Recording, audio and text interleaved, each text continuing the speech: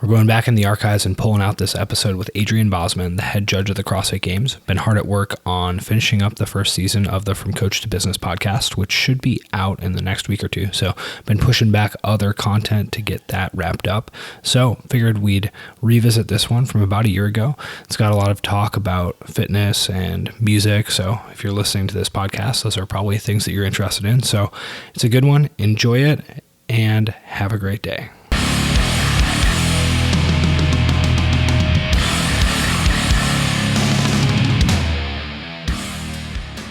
I did actually just watch a pretty cool video on like the history of Silicon Valley. It was it on HBO, and it's like 4 seasons long. I don't think that's a documentary, dude. No. Yes, yeah. There's like a lot of jokes. Yeah, it's a lot funnier than I thought it would. Yeah, be. It was extremely silly. It was like a lecture from, I think, a Stanford professor on like the history of Silicon Valley, and it essentially talks about the like the defense spending in World War II that sort of like kickstarted the process of Silicon Valley becoming Silicon Valley, right? It was like the big thing going on there was actually like radar.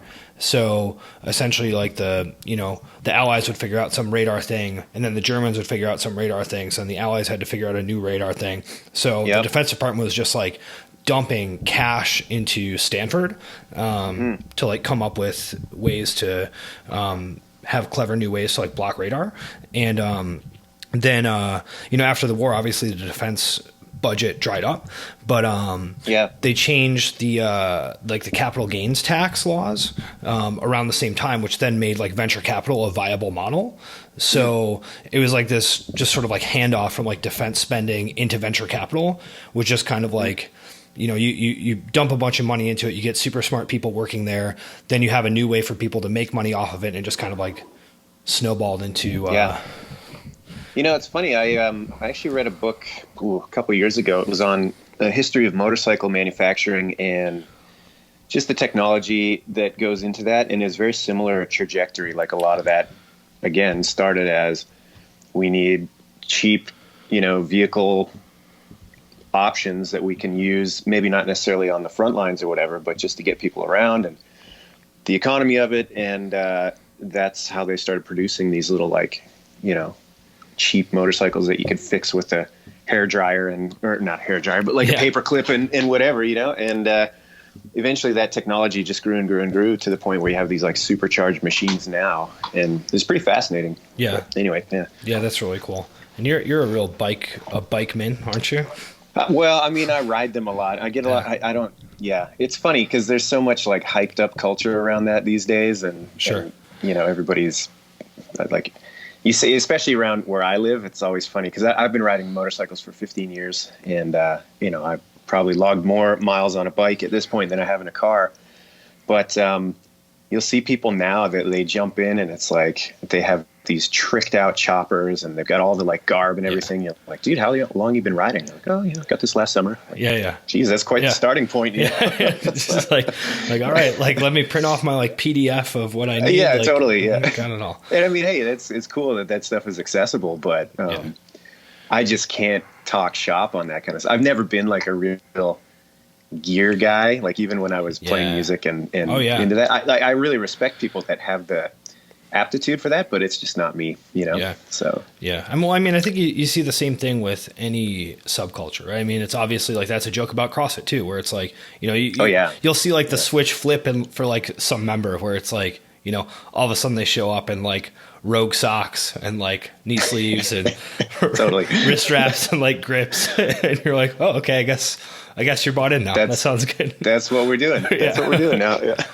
Or just like punk. Like all of a sudden it's like, oh, okay, there you go. Like the hair's dyed, you got the combat boots on, jeans are stayed up until 2 a.m. doing your like studded leather jacket. That's basically the equivalent of crochet. It's like the same.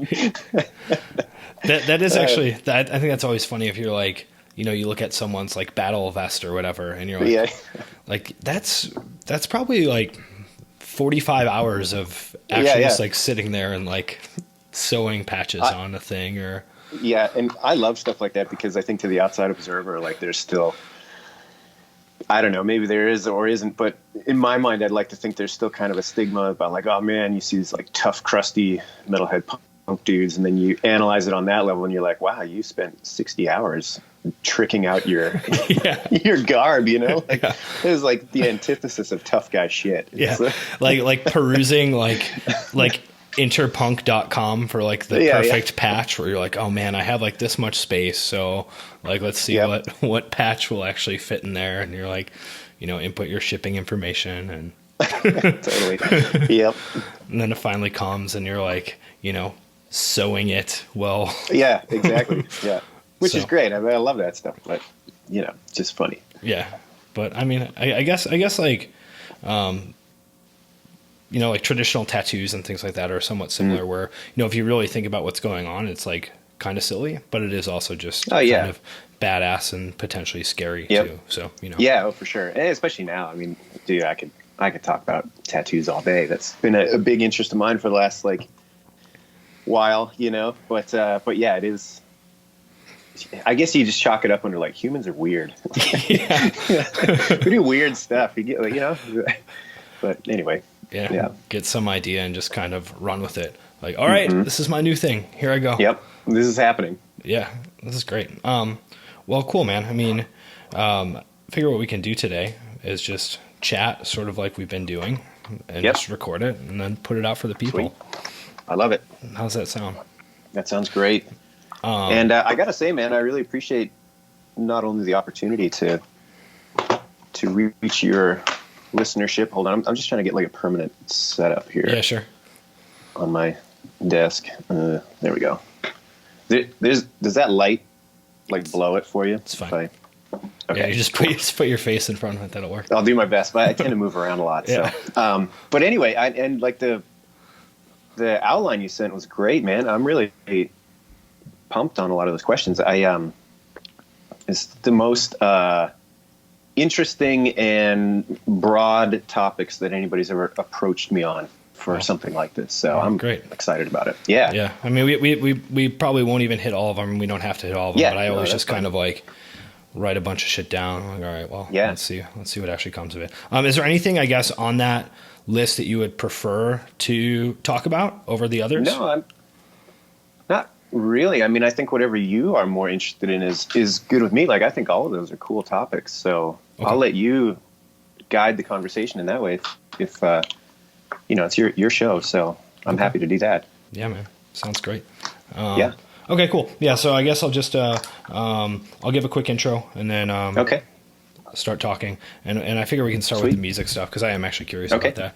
I want to know. Awesome. I always kind of like knowing like what people like first got into and like what was like the thing that was like, oh, okay, I actually like music, and then kind of that path from there. That always results in some interesting stuff. Although I think it can get a little inside baseball for people, but I'm also just okay with it. Yeah, that's kind of why I also just made this like my show, because it's like, well, you should make it like more accessible or whatever. I'm like, nah, it's all right. Accessible is overrated. I always tell people, I'm like, look, man, you want to be part of a big club or a small club? Like, what's cooler, you know? Yeah, exactly. Like if it's something for like the gym or like the online coaching or whatever, like maybe you want to make it a little more. Sure. Like you want to think about what the audience, like what their questions are and what their level of understanding is, but like. For this, whatever. I talk about whatever I want. Awesome. All right, cool, man. Let's do it. All right. So I'm here chatting with Adrian Bozman via Skype. He's are you in your garage? Where are you? No, I'm in my home office in my house. Okay, cool. Yeah. Well, your garage is somewhat famous on the internet, right? Dude, well, I don't know about that, but it's the nicest thing I've ever done for myself. Like, we moved into this house 4 years ago, and we lived in San Francisco for a long time, didn't have a lot of space. And we moved to Oakland, and I got a garage, and it was like, oh, this changes everything. And but there's no internet out there, so I can't show it off. Okay. Well, that's actually, that's probably a good thing, right? You get out there and work out, and you're not going to be trying to surf too much. Exactly. Yeah. Perfect. Well, so I think that, we first met at my CrossFit Level 1, which at this point was probably almost exactly 8 years ago. Cool. And, I think I saw maybe something online with you talking about metal or being into metal or something. And, I have a tattoo and was probably wearing some metal shirt or something. And I remember we started talking about heavy metal. I was like, oh, that's actually like, this is cool. Like this is, and you probably recognize this as well, that like a lot of the people who attend like CrossFit Level 1 courses are just like stoked to be there. So then like any connection you have with like one of the instructors or someone there, you're like, wow, like I'm just like so excited right now. And like, this guy also likes metal and like, I just feel great. Yep. So, and I'll tell you that goes both ways. Like I was lucky enough to do the seminar circuit for a long time. I've backed way off recently, but, I did that for 10 years pretty consistently. And, that stoke goes both ways. Like it's awesome as an instructor to have a group of people in front of you that are so fired up to be there and they just want to share their story with you. And I mean, I think that's a real big piece of how we have so many long-term seminar members. They don't get burned out. They don't get like sick of it because of that, so that goes both ways for sure. Yeah. I mean, that makes a lot of sense because on the surface, it could seem like, man, do I really want to give this same lecture again? Like, I don't know that I really want to do this, but it's not necessarily about that. Just like that content, right? I mean, it's like the same thing with like a band where it's like, yeah, there's songs that you get sick of playing. Sure. But it's not necessarily about like the execution of that specific thing, I suppose. Yeah. Yep. So I think that one of the things that I always like to know for music freak folks is, I mean, you have a reputation in terms of being into a variety of stoner metal, stoner rock, doom metal, all that kind of stuff. Where did you actually start with that? I mean, did you come from like a punk background? Did you come from a metal background? Did you come from a funk metal background? Well, it's funny you say that. I grew up in a small town in Western Canada. And the culture there when I was in like middle school and high school, like it was kind of rednecky. And we, like the group of kids I was hanging out with, we were definitely kind of on the outside of that. And there was like a really, really strong local punk and hardcore scene that I got involved with at an early age. And I mean, it's all like super scene specific stuff to that place.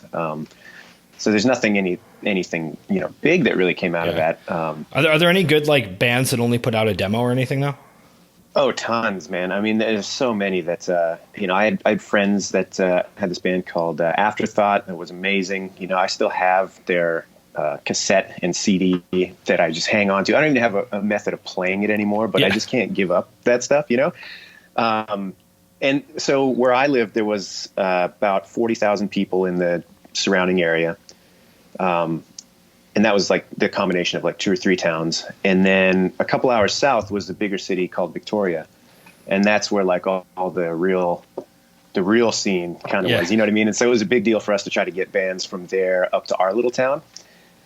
Anyway, but so I grew up playing a lot of music. I was in, high school band and middle school band. I played the trombone. I taught myself to play bass guitar on the side just for fun. Started playing in a couple of punk bands with some friends. And, I really loved big band when I was in school.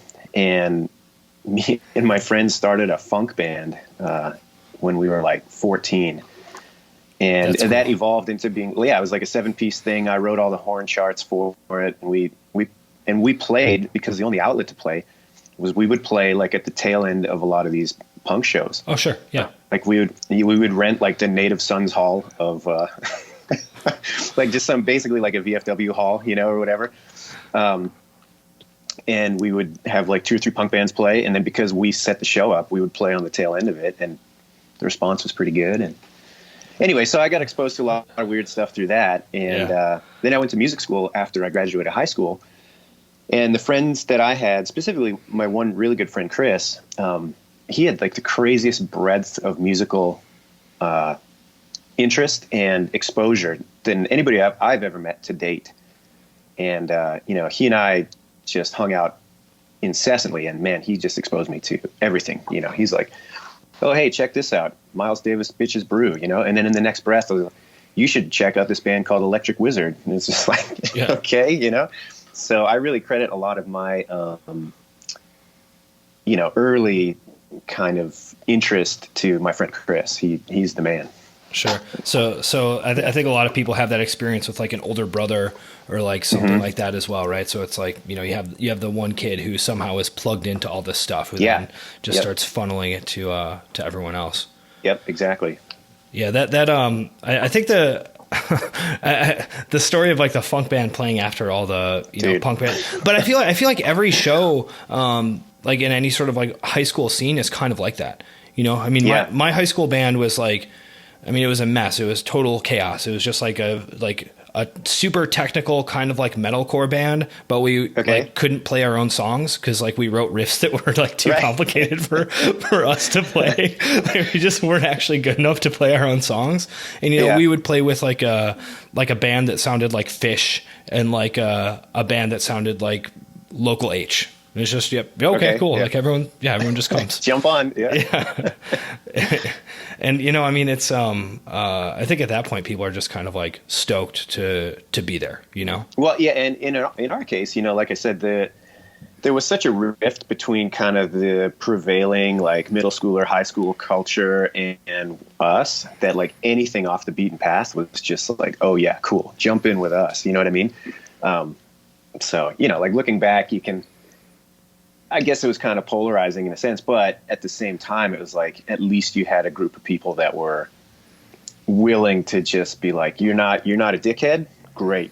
Whatever you're into, let's do it. You know? And that was pretty cool. So. Yeah. And if you have any digital copies of those, I think you said Afterthought or whatever, you should send me that stuff. Yeah. I'll see if I can dig them up. Yeah, there's a couple of great bands. There's a band called Goat Boy that I still have their tape. Like I'm afraid to play it because it's so worn out. I think it's going to self-destruct at any point, you know? And there's another band called Hudson Mac that they were like from the big city and they were a little bit more established. And I think they actually went on to have some like real releases and stuff like that. But anytime we could get those guys to play, it was like a really, really big deal, you know? Yeah. So yeah, that's fantastic. Yeah. So you went from high school funk band to actually studying classical composition, I believe, in university. Were you always kind of like more involved in the classical stuff as well? Were you part of like band or orchestra and it sort of simultaneous to being involved in, you know, high school punk music? Yeah, for sure. That's how it started. So I started playing the trombone, like I think in 7th grade or 6th grade. You know, you had that was, I can't remember if it must have been 7th grade because I think it was 7 to 9 and then 10 to 12 in the way our school was broken up. But anyway, that was the point that you could start like choosing electives and stuff. And I remember at the time it was pretty limited. It was like creative writing or music. And my dad, when he was a kid, played trombone. And so we had one at the house. It was actually his old one. And for whatever reason, I was like, oh, that's kind of cool. I'll just do that. And so that's how I started. Being interested in music was playing the trombone in middle school. And I played it all the way through high school. And, you know, like I loved the main just regular band. We played a lot of cool stuff that was more on the classical end of things, more on the chamber music end of things. But I was lucky enough, too, that the schools that I went to, they had really cool extracurricular jazz bands and like big bands and stuff like that. And so I was involved in as many of those as I could be growing up. And it just kind of led to like, you know, when push came to shove and you're graduating high school, like I had no idea what I wanted to do. And so I was like, well, why not music? And I started with that. So went to a school a couple hours out of the town that I grew up in called Malaspina University. And they're primarily known for their jazz program. So I went there with a focus on, you know, just regular composition and stuff like that. But by nature of attending that school, there's a ton of electives that were like jazz improv and jazz theory and all that kind of stuff. So, and those are almost like on the opposite ends of the spectrum of the way people sort of like process music, right? I mean, the stereotype is that the classical composition person will be very much into like charting and reading music and all that kind of stuff. And that the jazz person will just be, you know, much more into improvisation and not necessarily like doing the same thing every time and you know, not even necessarily like reading charts or anything like that. I mean, is that actually the case, or is that an inaccurate stereotype? I don't know that I'm necessarily the best guy to speak to that now, because it's been so many years since I've really been, you know, into that. Well, not into it, but like practicing it. But I do think that there's a bit of a misconception there. Like, any significant jazz player that you have heard of or who has made a mark is an absolute technical monster and understands theory at a level that is beyond what most people even consider to be possible with music theory. You know, the difference is that they can process that on the fly, and they're interested in processing that on the fly rather than sitting and thinking through a composition that, you know, you look at something like an orchestra, and it's going to get complex just because of the number of players and the options that unfolds. I mean, it's huge. You know, you narrow that down to a 3-piece jazz band, and maybe the options are a little less limited as far as what you can do compositionally just by nature of, you know, narrowing the focus, but processing that on the fly and, you know, improvising with this huge knowledge of technical theory behind you. It's kind of rooted in the same thing, I guess, is what I'm trying to say. You know, like, you cannot be, at least in that context, like, you can't be a really crazy high level jazz player without understanding musical theory and composition, like, on another level, you know? So I do think it's a bit of a misnomer, just because when you hear it, it's maybe a little less accessible for the average person. Like, they just hear this barrage of noise and they might not have a context or a framework for it. And so therefore it can seem like the underpinning is just loose, but most of the time it's anything but, you know what I mean? Yeah, for sure. That you've just essentially developed the capacity to internalize those rules so much that you're able to just kind of on the fly access them and create something. Yep. And I think it's the same kind of thing as, like, you know, you were talking about being in a band where you guys had ideas that you couldn't express in performance because you just were like, well, we wrote this cool stuff, but it's beyond our technical capacity to do it in a live setting. You know what I mean? And I feel like that's totally true for a lot of people that are trying to pursue something like jazz, you know? Yeah. Because you may even be able to potentially like hum an improvisational lick or something where you're like, oh, it'd be awesome to like do, you know, this little twiddle here, but you're just, you know, your fingers aren't quite up to speed, or you don't have the actual relationship of like, oh, it's actually like this interval or this note that I'm going to be moving to. I'm just kind of like, I'm stuck. Totally. And to take it a step further, like, you look at guys that are continually pushing the envelope and continually influential, and it's not a fluke thing. It's not that they heard a lick and they managed to get it out there and it was cool once. They understand why that was cool and why it was, you know, outside enough to be compelling or whatever. And therefore they can continue to push in that direction and expand further. You know what I mean? Like, it's not an accident necessarily. Maybe the first time, but they have the technical chops and the theoretical understanding to sit down and figure out why that was what it was and then move forward with it, you know? Yeah, you can sort of like develop principles in your improvisation, right? That you understand, okay, like, this is a great way to connect these kinds of chords, and then you may not play the same lick, but you've understood like the bigger idea. Or the other way, where you play something in an improvisational setting and you're like, wow, that was really cool. And you can hang on to that. And once the session is over, figure out like, okay, what did I play against that chord that was so cool? And then use that as the basis for, you know, composition of a head for another chart, you know?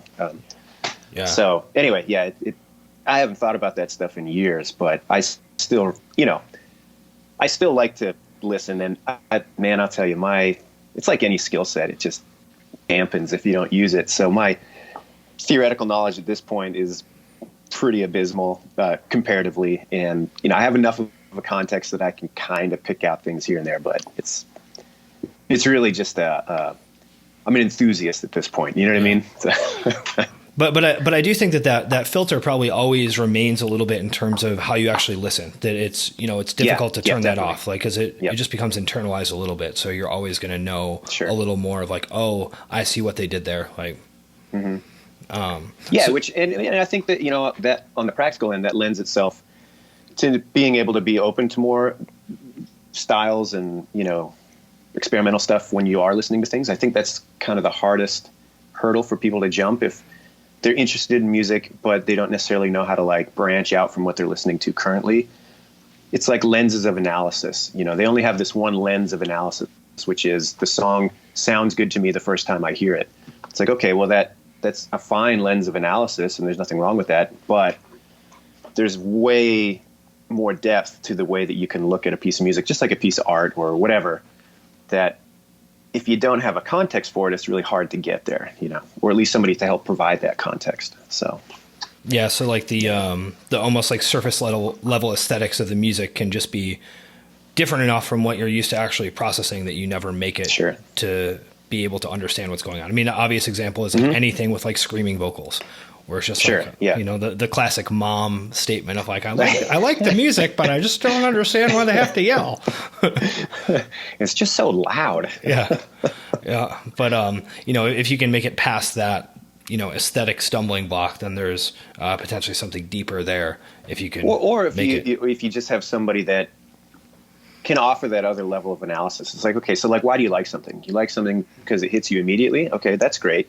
Or maybe the opposite end of that is like you respect the technical prowess that it takes to perform a particular piece. Like, okay, that's fine. You know, but there's other ways to analyze those beyond the extremes of like technical ability or immediate accessibility.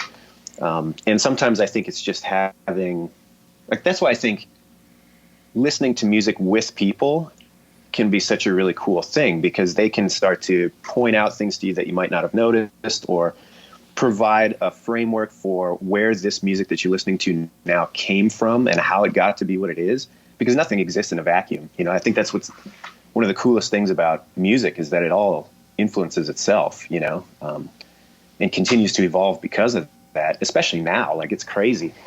I think it's even crazy, like what you hear in a pop song. You know, you hear it's certainly not my preferred genre, not what I'm going to sit down and listen to, but I'm around enough gyms that I just can't help it. Yeah. You know, but you hear some of the sampling that comes through in that, you hear some of the progressions that they use in pop music and, you know, rap and stuff like that. And you're like, man, that is such a weird touching on so many things that even a decade ago wouldn't have happened. Like, it's kind of crazy. Yeah. You know? Yeah. It's like a combination of like super rapid iteration, like facilitated by technology and just like access to information.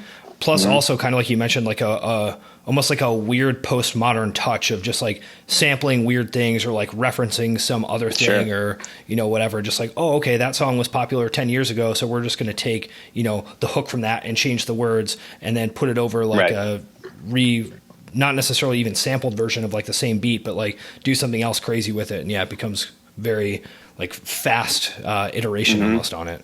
Yeah, definitely. Yeah. The evolutionary cycle is like way quicker, you know? Yeah. But, yeah. So for you, it seems like the sort of doom metal and stoner metal track has resonated with you more than other, I guess, genres. Yeah. Why? Oh, for sure. That's a great question. I don't know why. I mean, I don't know. It's I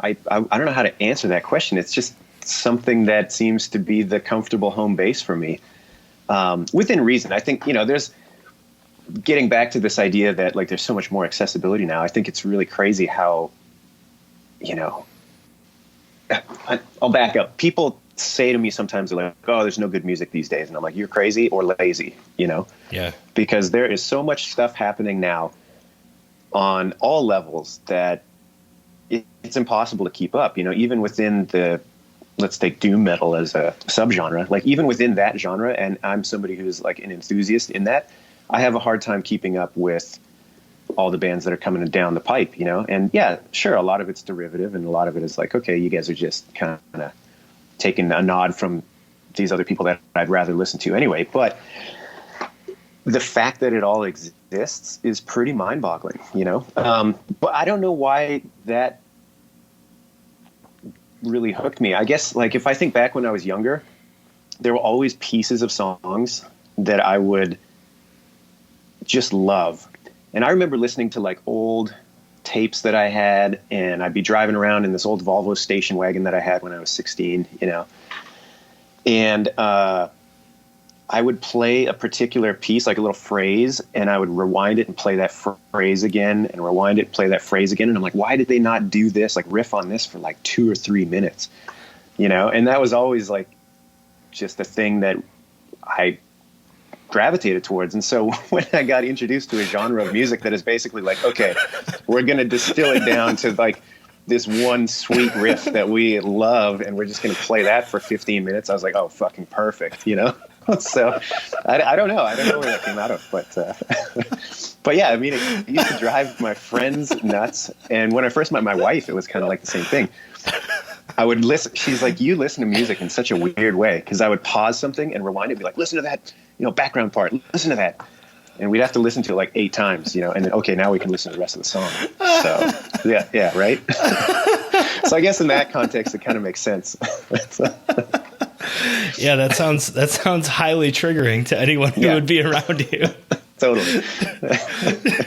Like just let the song play. Like, why are you doing this? No, you don't get it. That's the best part. Yeah. I just want that part for 10 minutes. Yeah. Like, no, did you hear the fill though? Like, just make exactly. Like, make sure you hear the fill. Like, again. Right. Yeah. Okay, so you were essentially just prone to like making your own like weird ad hoc tape loops of the same part over and over again. Wasn't even. You're giving me too much credit. Yeah. It was basically just like stop, rewind, play, stop, rewind, play. Yeah. To everybody else's frustration, you know. Yeah. But anyway.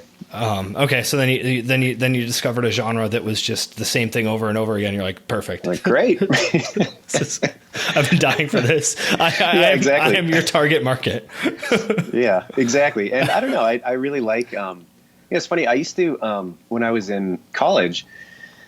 One of my professors, she was in the community orchestra that we had, and she would always get us into their rehearsals for free, which if you get a hookup on an orchestra rehearsal person, it's the best thing ever, because those guys are playing at such a level that their rehearsal is basically like top to bottom. They're playing through whatever they're going to play. Maybe they stop once or twice, but it's about as polished as you're going to see in a regular performance. So it was basically like a private symphony screening. I would go in, it would be like me and like maybe 2 other people in this huge amphitheater, and I just get to listen to the orchestra. And it was through listening to a lot of that I was like, man, this is the heaviest thing ever. You know, like if you've never been to a full orchestra playing something at like maximum intensity that was written for that purpose, like it's crazy overwhelming, you know? And so again, out of that, it was like, okay, well, what's heavier than that? You know, well, you start to amplify and you get distortion, you get these other things involved. Obviously, it's going to heighten that a little bit, and I guess that was the root of it for me, you know. Yeah. Do you remember what was like the first, I guess, stoner or doom piece that was really something that you're like, oh man, this is what I'm into now? Yeah, I mean the like Sleep. There, I guess at the time it was Jerusalem. That was a pretty big deal. Again, my buddy Chris introduced that to me. Early Electric Wizard, like the Electric Wizard album, Come My Fanatics. The opening track on that is still like, I could listen to that on loop, repeat. And the first time I heard that, I was just like, this is it, you know? Those 2, and then like probably early Acid King. Those are probably like the first ones that I heard, and I was like, wow, this is crazy. You know? Yeah, this is the thing. Yeah. I think that I forgot this until right now, basically. As probably like a 15-year-old or something, I found a Black Sabbath tape like in a creek. Okay. Yeah. By my like great aunt's farm. Yeah. And I was kind of like, oh, like awesome. And I hadn't really heard Black Sabbath, but obviously knew of them. And I was like a little scared of it too, because you're like, oh man, like Black Sabbath. And then I remember like listening to it and just being like so disappointed. Oh yeah, right. Because I mean, you know, at the time I was probably listening to some form of like metalcore or something with like modern production and like screaming vocals and like technical riffs, and then I was like this is not that. Yeah, I was like, this is bullshit. Like this. Yeah. And you know, I can think of a lot of funny scenarios like that where you hear something that, you know, is like touted and is like a hugely influential band, but sort of like we talked about earlier, your frame of reference is just kind of off for what like you're actually listening. You're just like, this is weak. Like, come on. Yeah. Why is this a big deal? Yeah. I got a funny story about that too. When I was about the same age, like I was probably 13 or 14, and I didn't have a lot of context for that type of music at the time either. Like my dad was into like old rock, which I guess you probably call like dad rock today or whatever, aptly.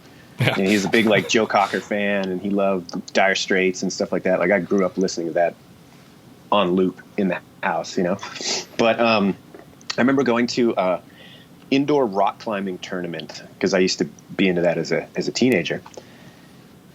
And during this tournament, it was like super podunk, like small community, maybe 30 people in the room in this giant gymnasium total, And they had this little ghetto blaster, and on it they were playing a Black Sabbath tape. And I didn't even register that. But what I did register is all the adults were like, there was this kind of hubbub about like, oh, I don't know, can kids listen to Sabbath? Is that okay? And like that, for whatever reason, was the thing that stuck with me. I couldn't have picked out what the songs were. I wasn't even paying attention to the music, but it was like, ooh, this is kind of taboo and off limits, And so of course, as a 14-year-old, you're like, give me that. Yeah. Yeah. It seems like this is illegal. Yeah, totally. Yeah, I actually think that the tape I found, I think, was Sabbath Bloody Sabbath, which, okay. I mean, not again, the strongest. No, definitely not. So that may have had something to do with it, but still, just I don't think I fully understood like the context or like the meaning of it or whatever. But I could tell that like if my mom saw that I had something that said Sabbath Bloody Sabbath, that would be somehow problematic. So I was like, oh man, right, like, this is an under the mattress tape. Yeah. Well, I had my Red Hot Chili Peppers CD confiscated, so I was always like a little on edge. There you go. Oh, hey, by the way, I don't know if are you familiar with the Your Favorite Band Sucks podcast? No. Oh, you should check them out. They're pretty good. It's David Allan Coe, the country music guy. It's his son Tyler, and him and his friend, and they just rail on, and they have a Red Hot Chili Peppers episode, and it's amazing. Highly recommend. Yeah. So I mean, I would say the Red Hot Chili Peppers are deserving of ridicule. So totally, it's great. Check it out. Yeah, I'll have to give that a listen. So we've been mostly talking about heavy metal and rock music, but I think a lot of people probably know you better as the head judge for the CrossFit Games. Yep. And in preparing for this podcast, I went back and watched the actually very nicely produced little video about you that came out maybe, I don't know, 5 years ago or something. And you're talking about records and all that kind of stuff, and riding your bike, all that. It was in the CrossFit Journal. Yeah. And I remember that. That was I think that was like 2012. Something like that. Anyway, whatever. Yeah. So in the video, you actually spend a lot of time talking about, how you value like freedom in your own training and like just like the opportunity to kind of do whatever and like not be tied down and to like have flexibility and to get outside the gym and do all this stuff. But that as, head judge for the CrossFit Games, one of your primary roles in life is to be a stickler for rules and not let people do whatever they want. So, I mean, there's some sort of conflict there, and I want you to explain it. Yeah, well, I think that's a really interesting thing to point out, and not one that I necessarily would have considered, I guess. For me, I think things are always about context. And, to that point of my most forward-facing role is to be the hard line or whatever you want to call it in these high profile competitions. And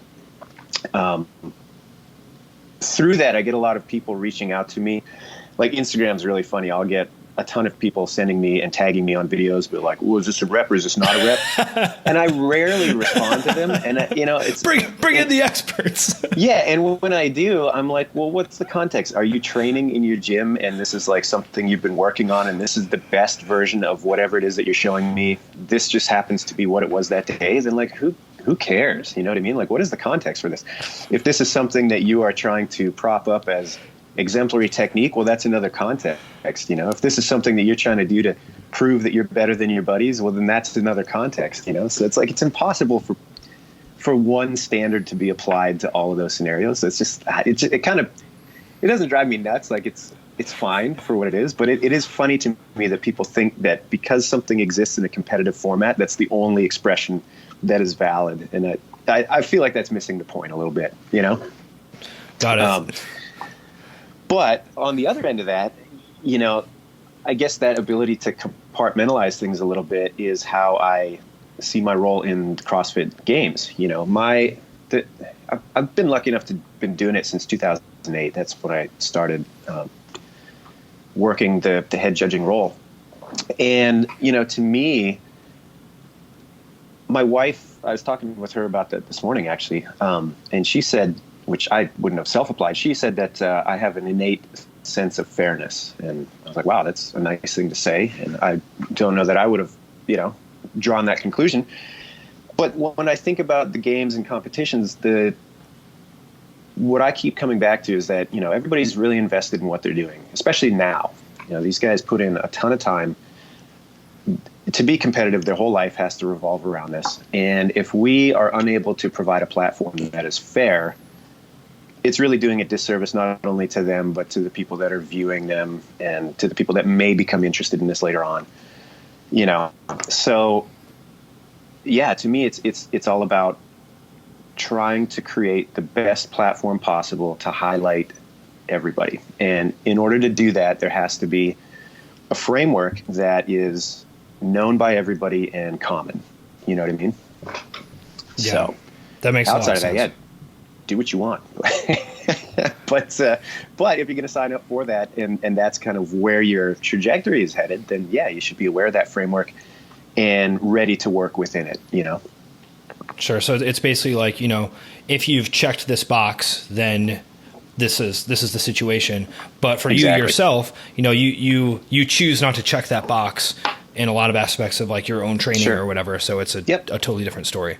Yeah. And I think, you know, it's easy to read into that. Somebody say like, oh, you don't care about technique or you don't care about performing the movements well. And that's not it at all. You know, I just think that there's so many people that are willing to discount process and discount the, I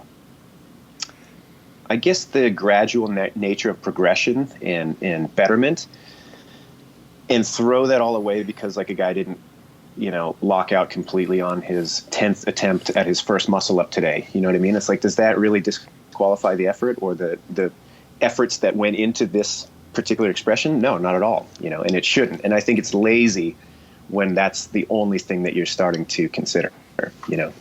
Yeah, I actually hadn't even considered the possibility of just like technique trolls tagging you. And, oh God, you have no idea. Trying to pull you into whatever weird debate they're involved in. And you know, sometimes I'll play along. Like if it's just a couple of buddies that are, you know, messing with each other, I'll be happy to jump in and you know, stir the pot a little bit or whatever. Like if it's clear that that's what it is, and it's like some healthy ribbing and stuff like that. Absolutely, but a lot of times it's I don't think it's in good spirit. People will tag me on a video of somebody doing something, and it's clear that the person that tagged me has nothing to do with the person that was performing whatever it is.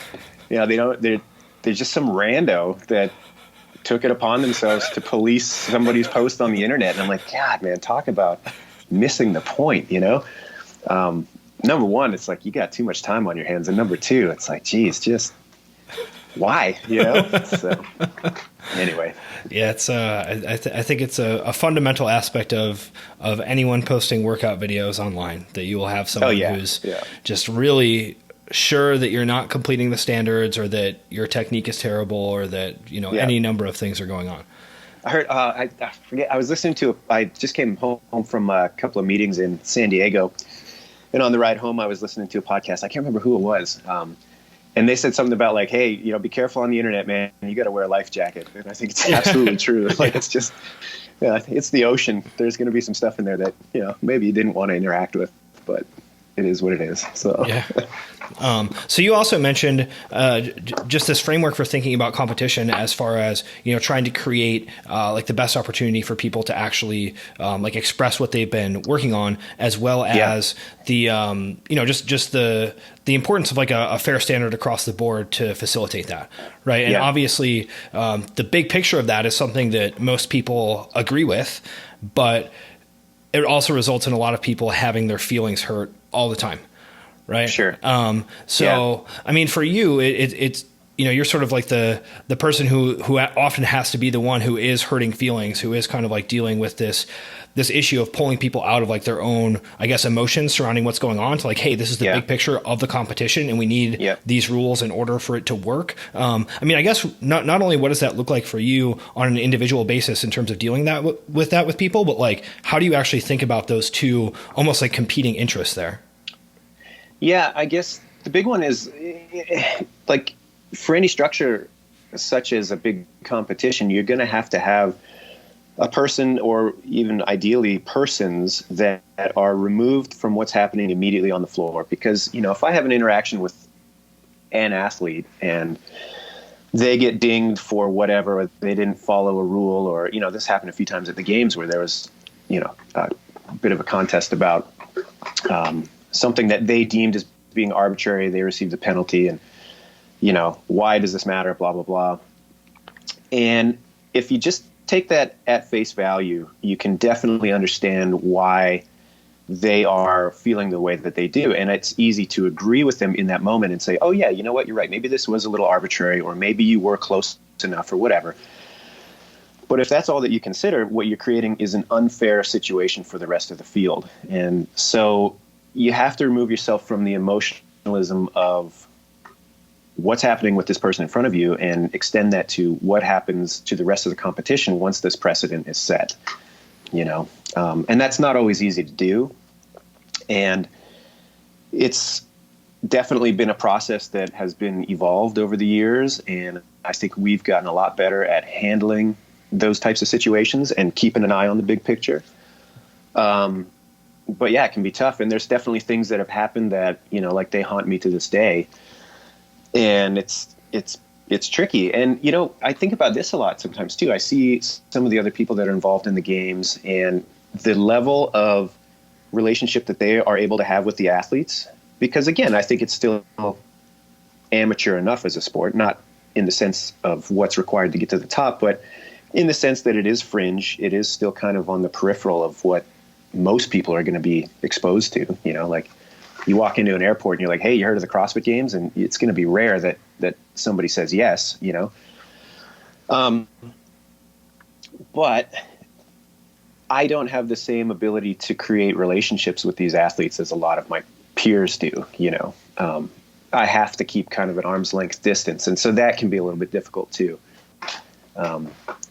Sure. But, yeah. So. Don't want anyone, saying that they greased your palm a little bit. And yeah, well, and it goes both ways. It's best friends, worst enemies. You know what I mean? Like you don't want anybody that can claim, hey man, this Boz is buddy with this guy and therefore he's receiving special treatment, or Boz got a bone to pick with this guy and therefore he's getting screwed every time, so. Yeah, that makes a lot of sense. And that, anyone who's been in charge of any number of groups of people in any situation, you're pretty immediately shocked at how quick people are to make up like narratives like that. Oh yeah, sure. We were like, whoa, And, and I'll tell you, in the beginning, that used to affect me a lot more and especially because things were so much smaller at that point. Like if an athlete came up to me in 2010 and was really heated about whatever, I would take that really personally, and it would take a long time to kind of like unpack that on my own and be like, okay, I can be good with this, even though I know it was the right decision. That was somebody that I've known. I've worked out with this person. I've been around them, and for them to come at me like that, it was like, geez, that's a heavy thing, And so I've gotten a lot better over the years of understanding that, yeah, man, emotions are high, and when you're in competitive mode and you just finished a crazy event, of course, things are going to be expressed in a way that are pretty extreme sometimes. And that's not a personal thing, And so just kind of learning to navigate that has been a huge asset. And I'm not perfect. There's still situations that I wish I could handle with more grace and, aplomb, I guess. But I do like to think that I'm much better at keeping a level head, especially when the athlete is not, Yeah, sure. So.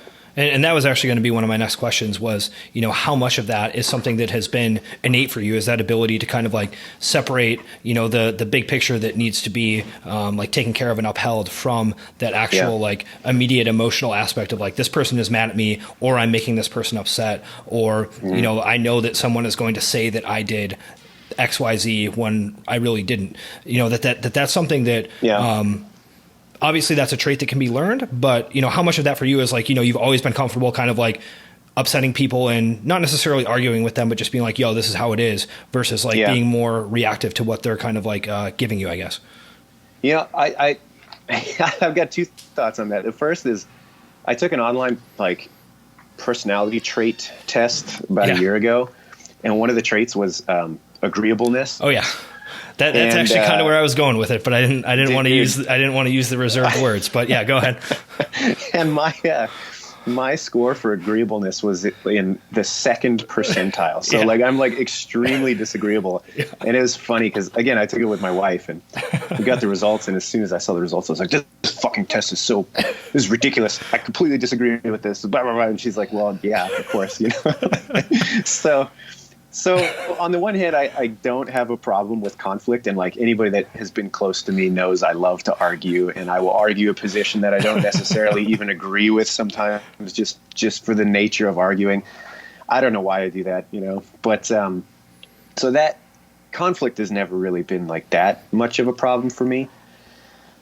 But the other thought I had is that I don't know that I can answer accurately about whether it's innate or something I've developed at this point because I'm too close to it. And it's been something that I've done for so long at this point that it would be really difficult for me to go back and plant myself into the 2007 Adrian and look objectively and say, okay, well, do you have a particular aptitude for that position or not? I don't know.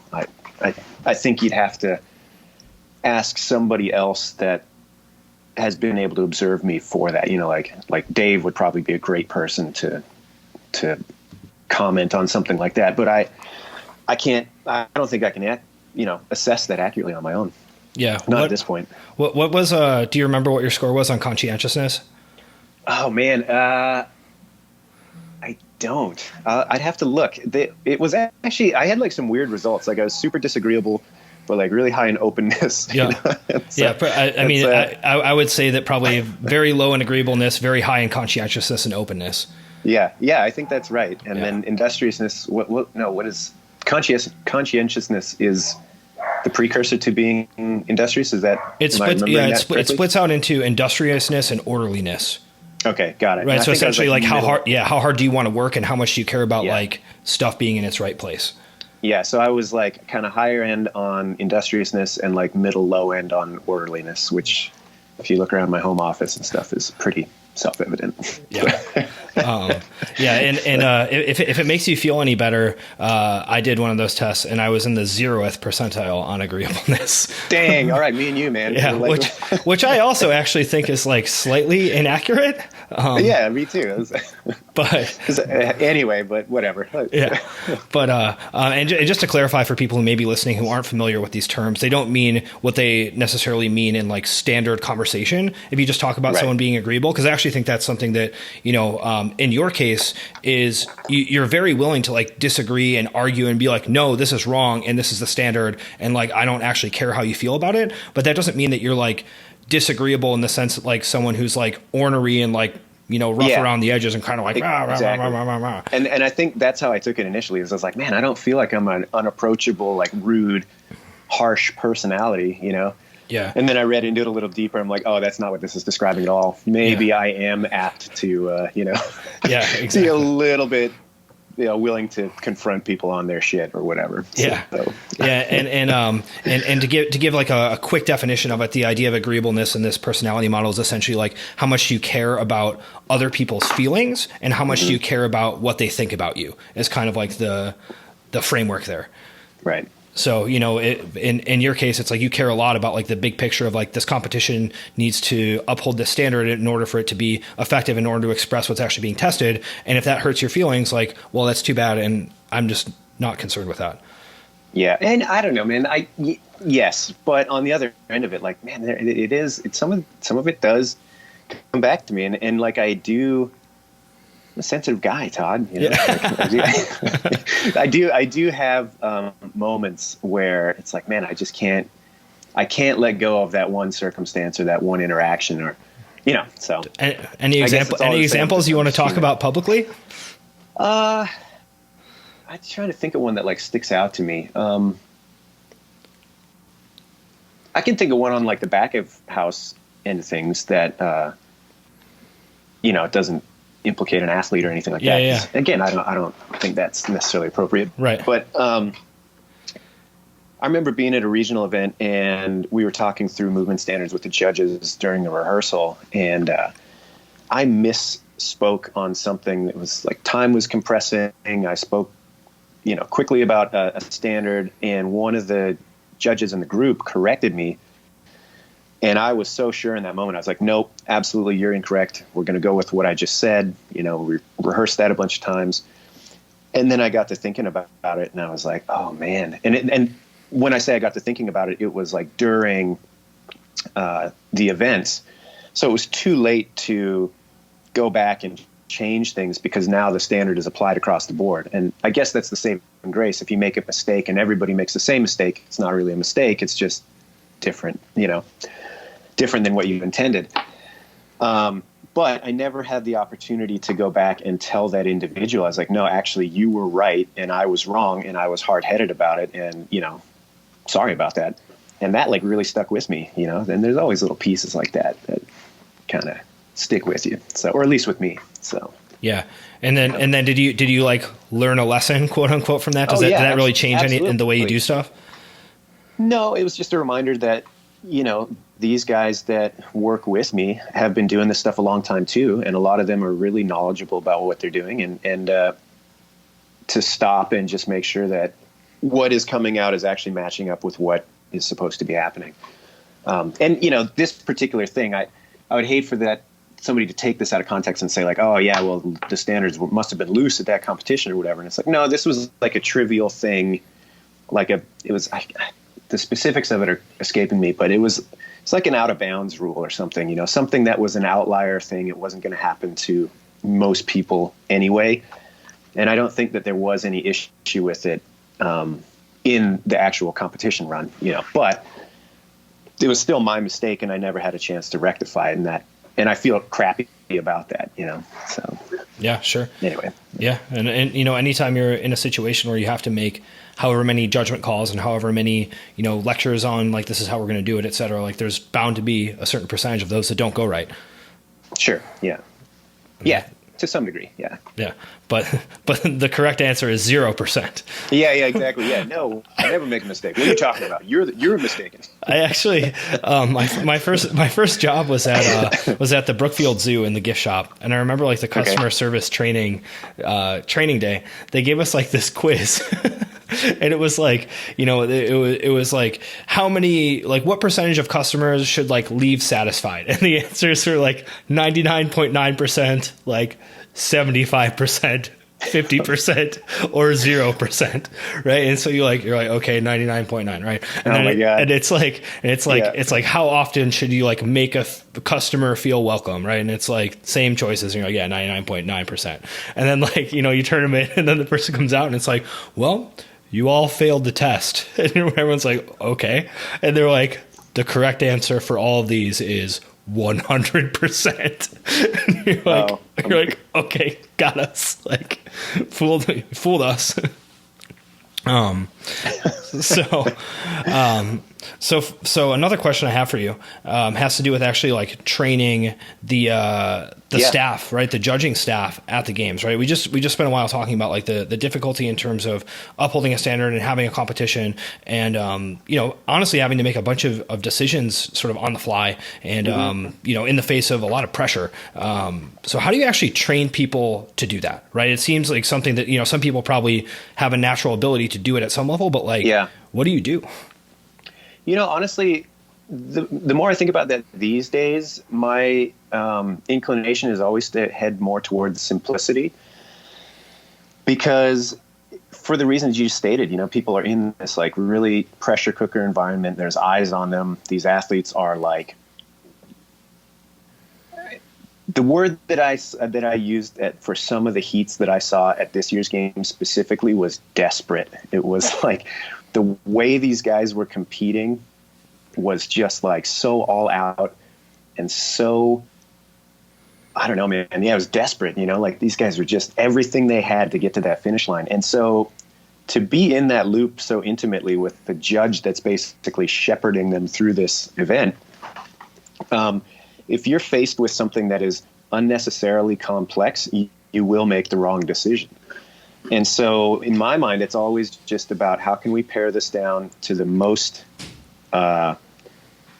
big picture element and the most high percentage mistakes that the athletes are going to make, and how can we mitigate those, And a lot of times people, out of want to do a good job, they will start creating scenarios that are really like, what if?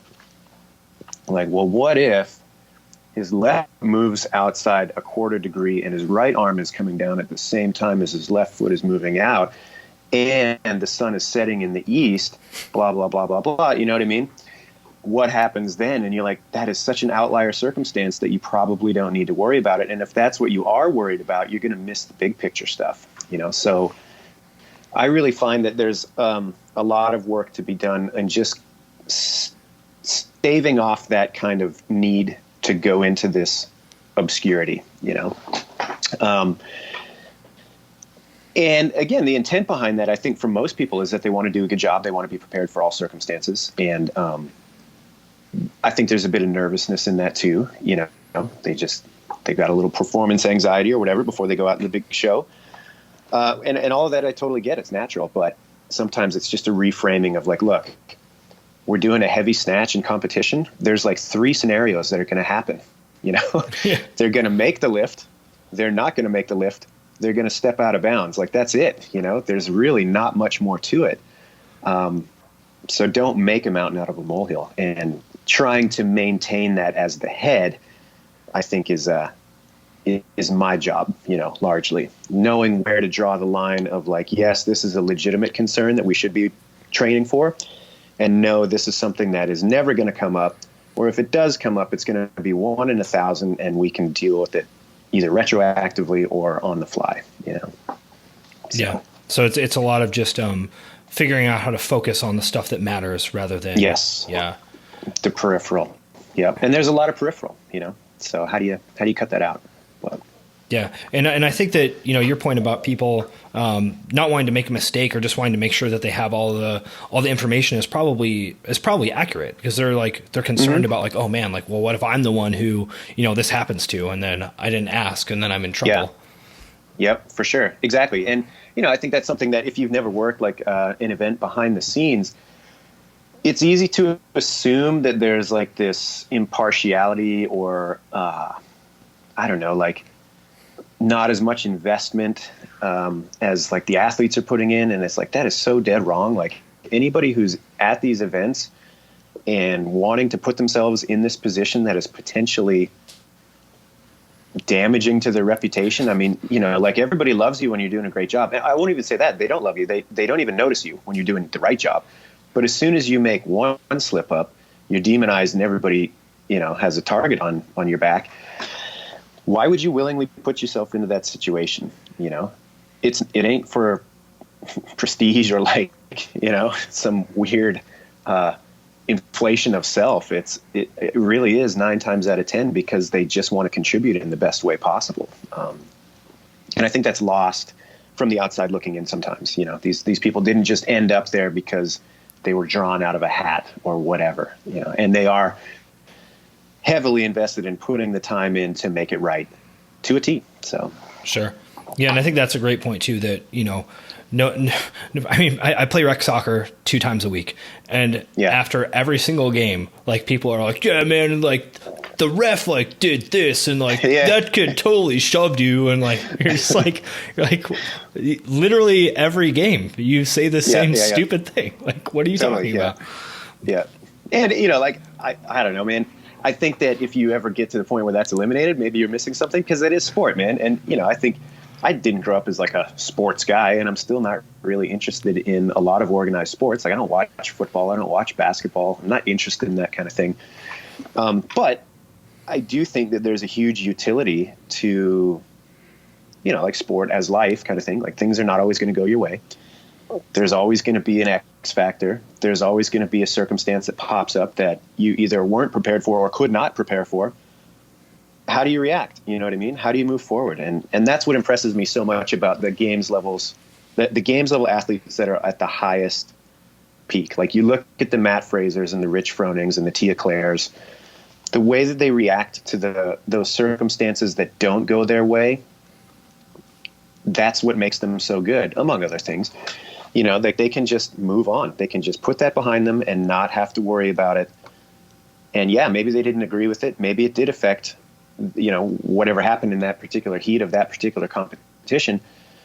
But moving forward, it doesn't matter because there's things in front of them that are more important at that time, And I think that ability is one of the best lessons of sport, So yeah, and how do you think people can or should work on that? I guess like resilience.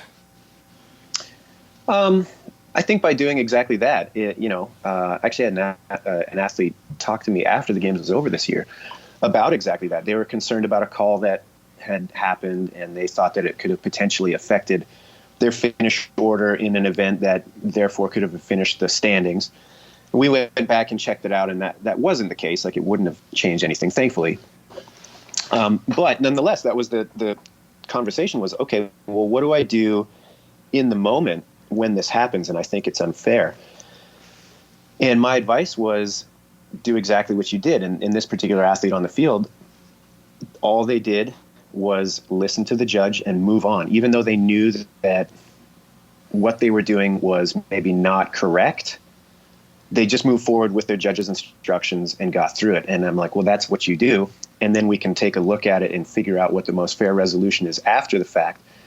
Because any other reaction, like an argument, a deviation from what the judge is telling you to do, all that does is just waste your time, which creates a bigger problem later on. So I guess it's almost like a compartmentalization where you realize that what's happening is outside what you thought or wanted to happen, but you're able to just put that aside for the moment and focus on the next steps.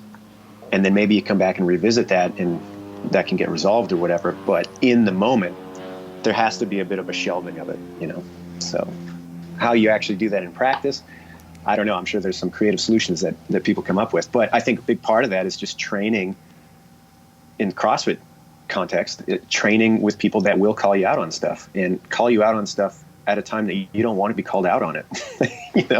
Like nobody wants to be doing that Sunday afternoon training session and get called out for stuff. But if you're a competitor, it's probably in your best interest to have that happen from time to time, Yeah, force that ability, right? Yeah, so that you learn to do that. We see it happen all the time at regionals where maybe not so much these days, but who knows what's going to happen in the future with that now. But you have an athlete that they come in and they had a great open performance and they show up and then they tank at regionals. And, there's always speculation about those types of athletes. But one of the things that I've observed is that I suspect a lot of those athletes are in their own little isolated environment and they're the big fish in a little pond. And everybody is just pumping them up and being like, you are the man. You're the fittest guy that I know. You are a machine. You're awesome. And then they get to an environment that is removed from their own little fish tank. And all of a sudden they're not the top dog. And maybe they're not as clean in their movement as they thought they were. They have nobody in their real world, quote unquote, telling them any of that.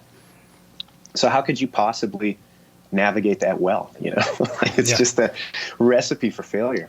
Yeah, for sure. Yeah. I've seen that situation sort of cut both ways, where you get an athlete, who is essentially probably, punching a little bit above their weight class, who qualifies for a regionals or some other high level competition.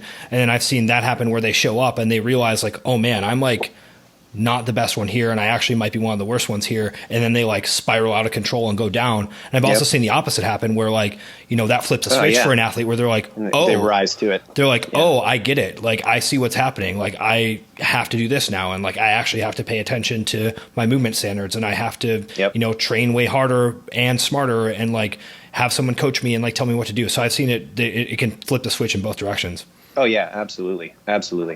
But, you know, again, to summarize that, I think that if you're a high level competitor and that's what you want to do, at least some of the time in your cozy little training world, you need somebody at a moment that isn't where you want to hear it to tell you, nope, not good enough, do it again. So that the first time you're hearing that is not on the competition floor, you know, because that's not going to go well. That's I think it says a lot about, you know, an athlete's character and their training in terms of how they actually react to, you know, getting no rep, or even like totally unfairly, you know, like you mentioned, maybe something is actually wrong. And it's like, yeah, you're being told the wrong thing. Yeah. Like, so what? Figure it out. Yep, exactly. There's no sense in you know, an overreaction in the moment. All that does is just compound the problem, you know. So you got to learn to deal with that one way or the other. Sure. So you've had several roles within CrossFit, right? As a seminar staff member, obviously head judge of the CrossFit Games, an actual coach at a CrossFit affiliate, leading group classes. Your personal trainer at Bally Total Fitness before that. You know, what skills have you seen that I guess like relate these different roles, and what have been things that you've actually had to learn as you've moved from one position to another?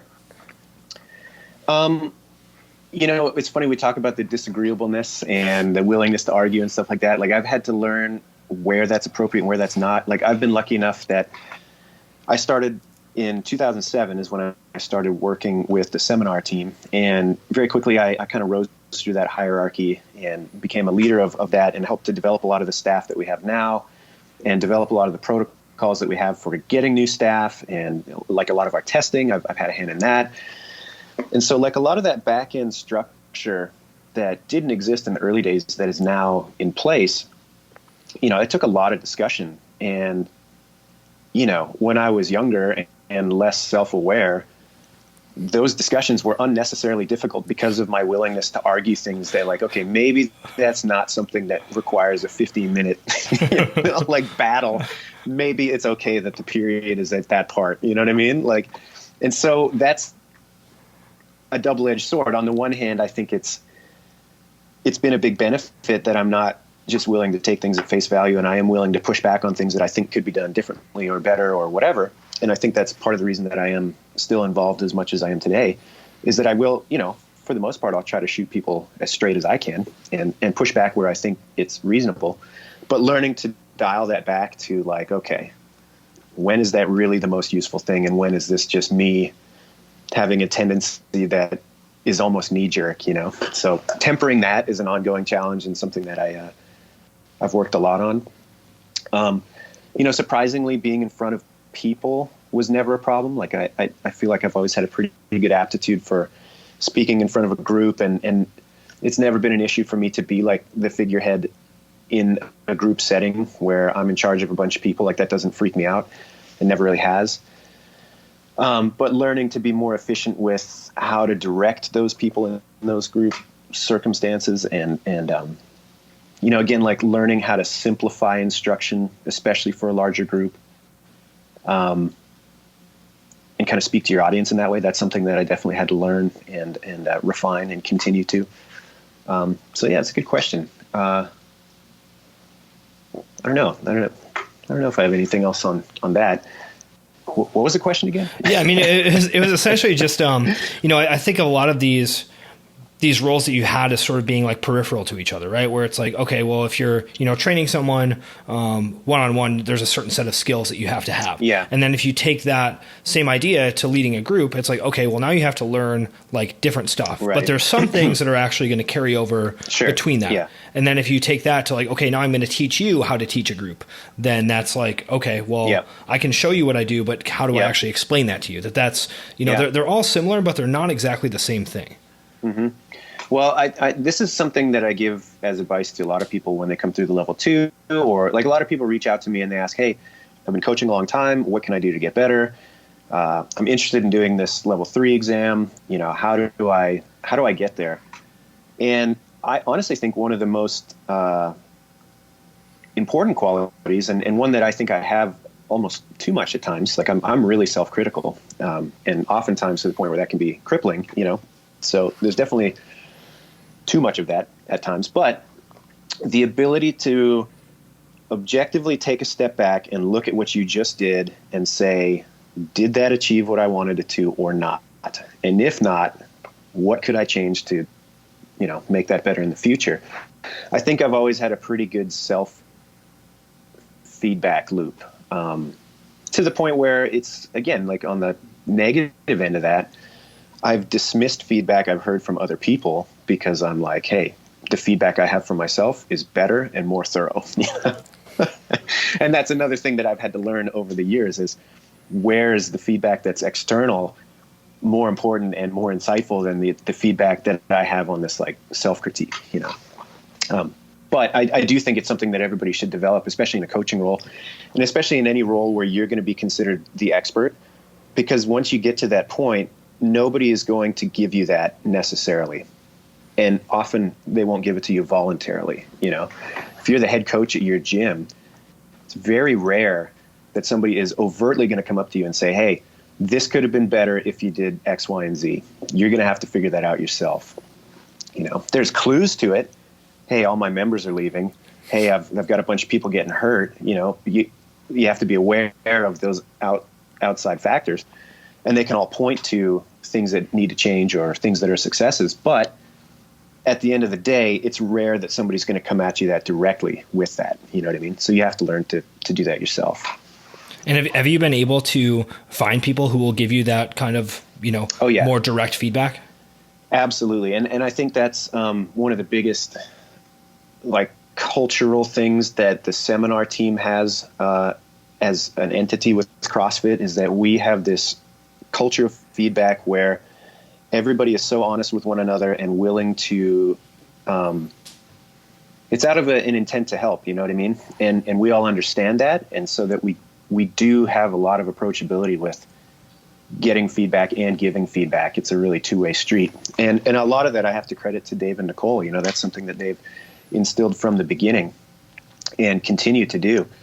And so I've certainly, received a lot of feedback from both of them, amongst others, throughout the years, in a really straightforward and actionable way, which is not always easy to do. It's a rare person that can craft that in a way that doesn't seem confrontational or attacking or whatever, and is genuinely constructive and actionable. So yeah, it's not just like, you always do this and I never. Exactly. Yeah. And I'm sick of it. Yeah. Yeah. So it's a cool culture to be a part of. And it's definitely contributed to me and who I am, and, being so involved in that for the last decade plus. It's hugely reflected in who I am today, I think. So there you go. Adrian Bozman, a poster child for feedback. Yeah. And again, I'm not perfect. It's not always as graciously received as I'm making it out to be, but I try. So yeah, you're in a situation where you have to tell a bunch of people that they're doing everything wrong all the time. So it's only fair that. Yeah, for sure. Yep. You also receive some I guess a taste of your own medicine. So that's. Oh yeah, no, there's no shortage of that. So yeah. And again, I pour enough of it on myself too to probably last several lifetimes. So that's one of the challenges for me, is just knowing when my own crazy brain is being a little bit too aggressive. Yeah. So. Well, how do you know? Oh man, I guess I kind of take what is going on in the monologue of my mind and then compare that to what I see people telling me outside of that, and seeing how big the gap is, and if it's this major, totally opposite end of the spectrum type scenario, then I'm probably a little too harsh on myself. If they're pretty close, then I'm like, okay, yeah, that makes sense. And so I think you have to gauge against the structure of the rest of the world at some point. Because if you only exist in your own mind, you can always make mountains out of molehills, or the opposite. You can dismiss things that are actually legitimate issues, you know. So the comparative thing is really helpful for me. Yeah. Well, and there is an opportunity cost to beating yourself up all the time too. Absolutely. Right? Yeah. It's it can be crippling. And you can only think about so many things. And if one of those things is like, well, I screwed this up and I'm stupid and I'm worthless and I should have done this better or whatever. It's like, well, you're not thinking about something else because you are thinking about that. So you said, you better make sure that that's actually like a helpful thing to be thinking about. Because if not, like direct that energy elsewhere. Yep, for sure. And it's like anything else, you know, you're going to start to see what you're focused on. And if that's all you're focused on is the negative, it's pretty easy to find yourself in a loop like that indefinitely. And that's not good for anybody. So, yeah. Very unhelpful. Yes, exactly. Cool. But, and again, like I go through fits and starts, man. Like I get, you know, there's definitely jags of time where I'm in that loop and I'm like, God, I got to break out of this, you know, but, yeah, I like to think it gets better as time goes on. So people theoretically get happier as they get older. That's what I've heard. Yeah, I think I read that somewhere. Healthy. And man, I'll tell you, I've been reading a lot about the spine lately because, you know, I hurt my back during the open. So I used it as an opportunity to really like dig in and educate myself on some of that. And it's actually like the data supports that people, when they're older, experience much less back trouble. And a lot of that is attributed to the spine and the tissues around it actually stiffening to the point where it's just like, you can't move it, so you can't hurt it. Yeah. Anyway, sort of your total own tangent. Your own little biological fusion. Yeah, exactly. Yeah. Nature's fusion. Have you found anything particularly helpful with the back stuff? Yeah, I went back and I've had a couple of Stuart McGill's books as reference forever, and I actually went back and read them cover to cover, and then drew up some personal rehab plans based on his recommendations and some of the programs that he outlines. And I mean, it was huge. You know, it's really funny. Like if you actually take the time to resolve these issues, they will resolve. It's it's funny how that works. I think, you know, that it's easy to fall in this mentality of like, I feel fine, I'm just going to jump right back in full force. And I didn't do that this time, thankfully, and I feel great because of that. So, but yeah, I'd recommend Stuart McGill stuff to anybody. He's awesome. And I think he's one of the coolest, like, performance-based academics. You know, a lot of times you read some of this more heady biomechanical literature and it's like, man, this exists in the laboratory and that's great. But what actually happens when somebody is interacting with a dynamic environment, you know, it's totally lost. But he, I think, really pioneered a lot of the like, well, let's take a power lifter and get him in the lab and figure out what happens when he lifts 500 pounds and measure the deflection in tissues using different techniques and make a case for why a certain technique is superior to another. And, you know, it's outside of like cadaver research, which is awesome. So. Yeah, he's definitely one of the better folks out there at like bridging that gap. Yeah, definitely. Of like the academic knowledge and then actually like, okay, here's like literally what you do with it. Mm-hmm. Yeah. So Boz, thanks for taking the time to chat today. Oh, no worries. Dude, are we done? Yeah, man. I talk forever. I got to go to the gym and I got to coach people. Fair enough. Yeah, I should get back to work too. But yeah. So if people want to know more about what you have going on, where should they go? Instagram? Yeah, I mean, I'm not a huge social media presence, but you know, I do enjoy it. AP Bozman is my Instagram handle.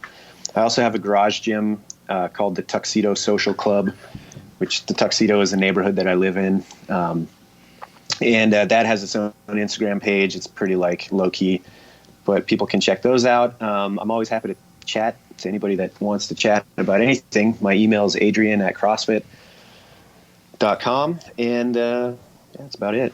You got to be careful giving out that email address, man. There might even be hundreds of people who listen to this. If people can't figure that one out, then you know, there's probably bigger problems. But yeah, I'll take those hundreds of listeners, Todd. There we go. I'll take care of them. All right, great. Thank you. I appreciate it. No problem, man. And thanks for listening all the way through. I admire your grit, your persistence, and your perseverance. Since you made it, I have a few favors to ask of you. Go ahead and open up the show notes on whatever podcast player you use. In there, you'll find links to all the resources that were mentioned throughout the show. There's also some links there in which you can leave a review or subscribe to the show. And podcasters are always harping on this because this actually makes a difference in terms of the algorithms that recommend podcasts to new people. So if you do that, it helps more people find the show. And if you head over to toddneef.com, you can sign up to receive most of my thoughts and writing, which really only go out to the email list. A lot of it never makes it to the blog or the podcast. So if you like what I have to say and you want to see some of my recommendations and stuff that I've been checking out, go ahead and subscribe to that email newsletter as well.